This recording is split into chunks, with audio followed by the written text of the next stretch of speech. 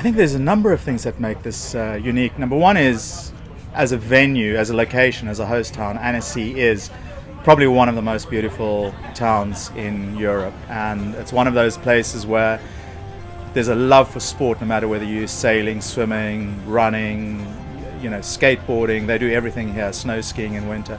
Fantastic venue for families to come to. The cycling around it, even though it is such a pretty, beautiful area and very, very scenic, the cycling around here is brutal. And one of the things that we specialize in is the tagline, professional events for amateurs. And that is to be able to give a rider that when they arrive, they have the closest experience to what a professional would have on something like the Tour de France. So everything from soigneurs through to medical, paramedics, ambulance, motorbike outriders, lead support cars. So on an average event, the ratio is between 2 and 3 riders to 1 support crew. I'm a ride captain. This is my second year as a ride captain. We encourage, we shepherd, we control the groups, we keep them safe, hopefully. We talk to them, we tell them what's coming up if we can remember, and we make sure we get the group as tidily as we can to the next station. For me, the names of the climbs are a mystery. I ride along and I see just beauty. You go around the next corner, there's a massive mountain, there's in the distance peaks with snow on.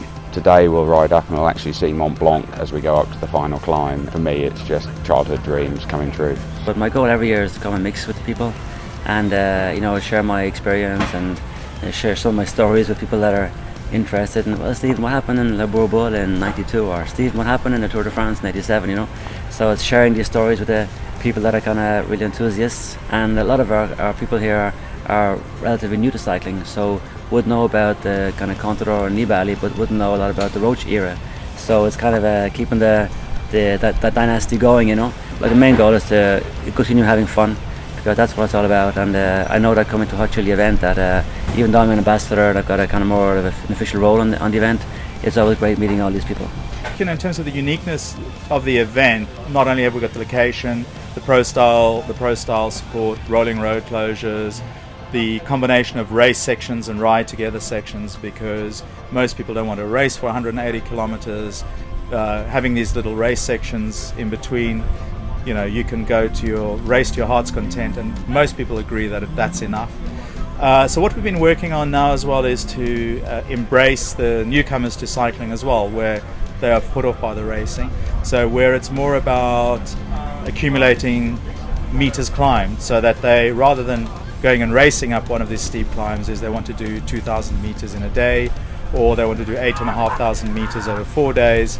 So we're going to be embracing that, where they're riding and collecting meters climbed as opposed to how quickly they've actually climbed. When you talk about Croix de Frise, when you talk about Col de Seminoles, you hear all the stories about it in the Tour de France. You say, wow, we're going over that, One thing I'd say, I don't kind of underestimate the event, don't overestimate your fitness, but everything is doable. So we see some people here, like I call them soldiers, like very, very brave and strong soldiers, and some of them get broken sometimes because they get hurt. It's very difficult. It's a very difficult challenge. That's why it's called the Alpine Challenge. But people come, they do it. It's doable. When they've done it, it's an incredible sense of achievement. You see people tomorrow on the finish line, on the top of a Croix de Frise, actually crying, because they've achieved it. Like, the sense of achievement is absolutely amazing.